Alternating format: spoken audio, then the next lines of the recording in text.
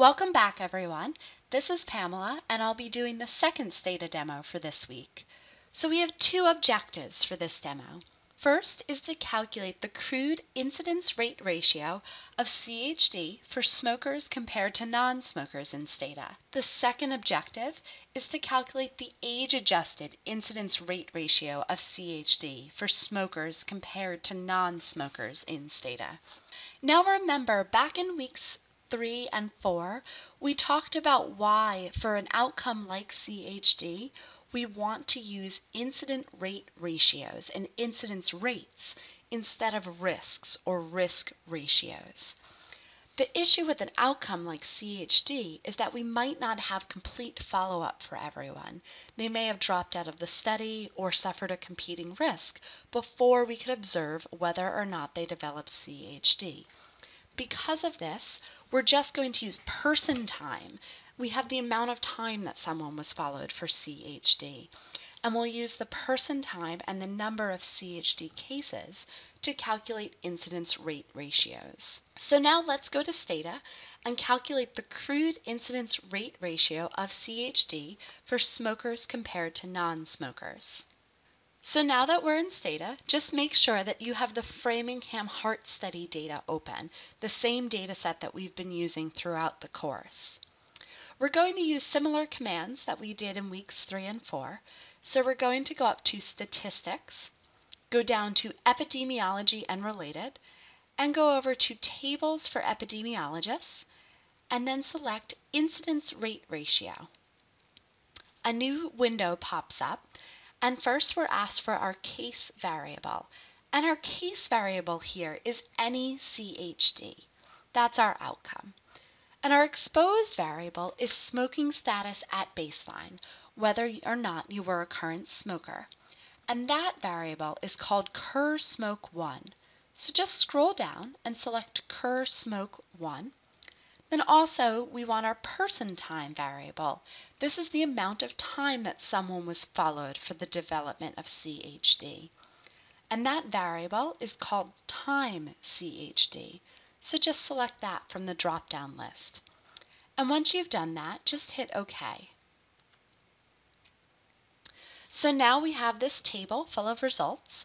And I'm actually just going to go back to PowerPoint where I've copied these results from STATA to PowerPoint just to make it a little easier for you guys to read the output. So let's go back to PowerPoint now. So now that we're back in PowerPoint, I have the same results from STATA along with the STATA commands at the top of the screen if you're more comfortable using STATA commands instead of the drop-down menus that I showed.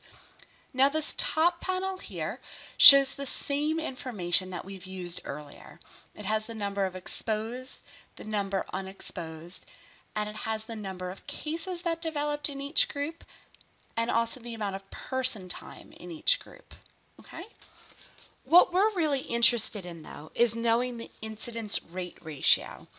And we can find that in the bottom panel down here. And we see that the incidence rate ratio is on the second line. The incidence rate ratio in this study is 1.03. That means that people who smoke have 1.03 times the rate of developing CHD compared to non-smokers. So we see a slightly higher risk of CHD among the smokers compared to the non-smokers. Not a huge increase in the rate of developing disease, but there still is a small increase. However, Fran brought up in his lecture that this number might not actually be the true effect of smoking on the rate of CHD development, because there could be confounding by age. So confounding by age could happen if age is associated with smoking status. So for example, if younger people are more likely to smoke, then there would be an association between age and smoking status. We also need to see if there's an association between age and our outcome, which is CHD, even among those who do not smoke. So among the non-smokers, is age related to CHD? And yes, we know that even among non-smokers, people who are older have a greater rate of CHD development than people who are younger. So based on this theory that we've talked through, it does seem reasonable that there could be confounding by age in our study.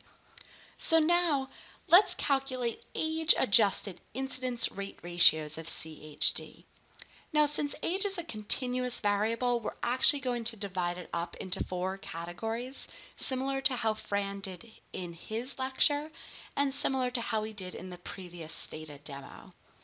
So I'm going to create a new variable called age4cat, and then I'm going to replace that variable with values for someone being less than 40, 40 to 50, 50 to 60, and 60 or older. And I'll use the drop-down menu or the command line to calculate the age-adjusted incidence rate ratio of CHD. So now let's just go back to Stata and we'll type in the commands that I have here on the screen and we'll see whether or not there was confounding by age in our study. So now that we're back in Stata, the first thing that we want to do is create our new variable called age4cat.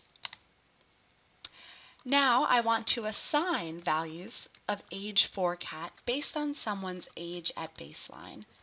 So I'm going to say that age4cat equals 0 if age 1, this is age at baseline, is less than 40. Next I'm going to do my second category of age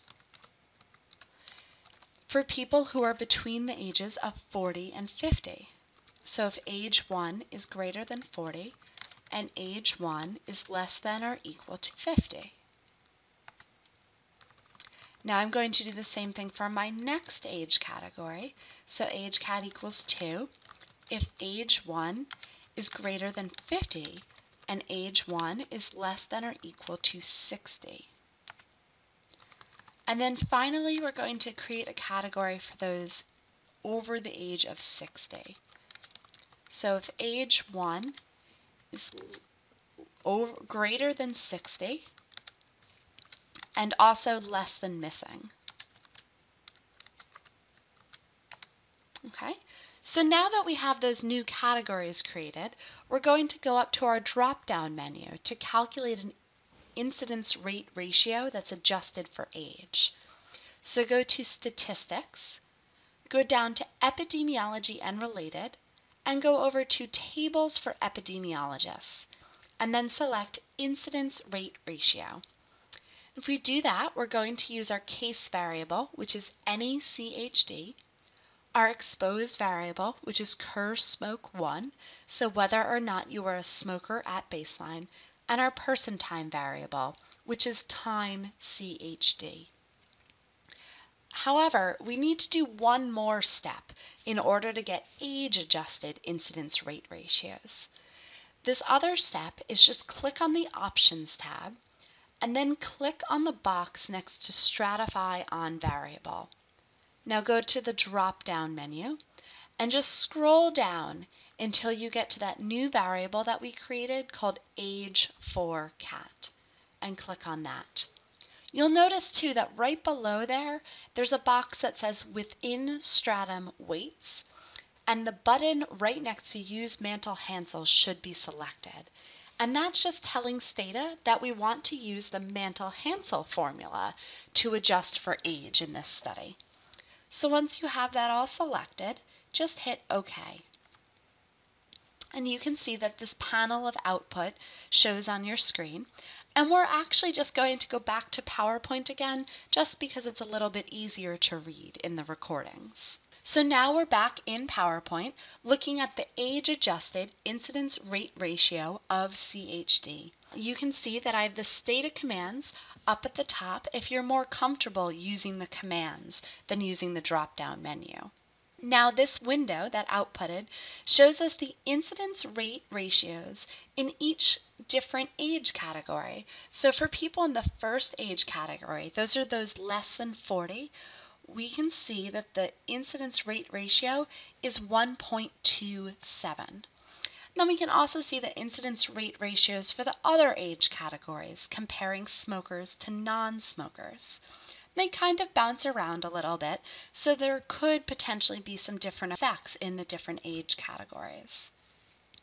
If we look at the bottom, there's the crude incidence rate ratio, which is right here, and that's 1.03, which is exactly the same as what we calculated earlier. Right below the crude, we can see the Mantel-Hansel combined, that's MH combined effect estimate. And this is the incidence rate ratio of CHD adjusted for age. And this age-adjusted incidence rate ratio is right there, and it's 1.28. This means that after adjusting for age, people who are smokers have 1.28 times the rate of developing CHD compared to people who are non-smokers. Now you can see that there's a pretty big difference in the incidence rate ratios between the crude incidence rate ratio, which is 1.03, and the Mantel-Hansel age-adjusted rate ratio, which is 1.28. So this does support that there probably was some confounding by age, because after we adjusted for age, we're getting an effect estimate that is closer to the truth. So that's it for today's demo. Hopefully you guys enjoyed learning how to age adjust your incidence rate ratios of CHD. Thanks.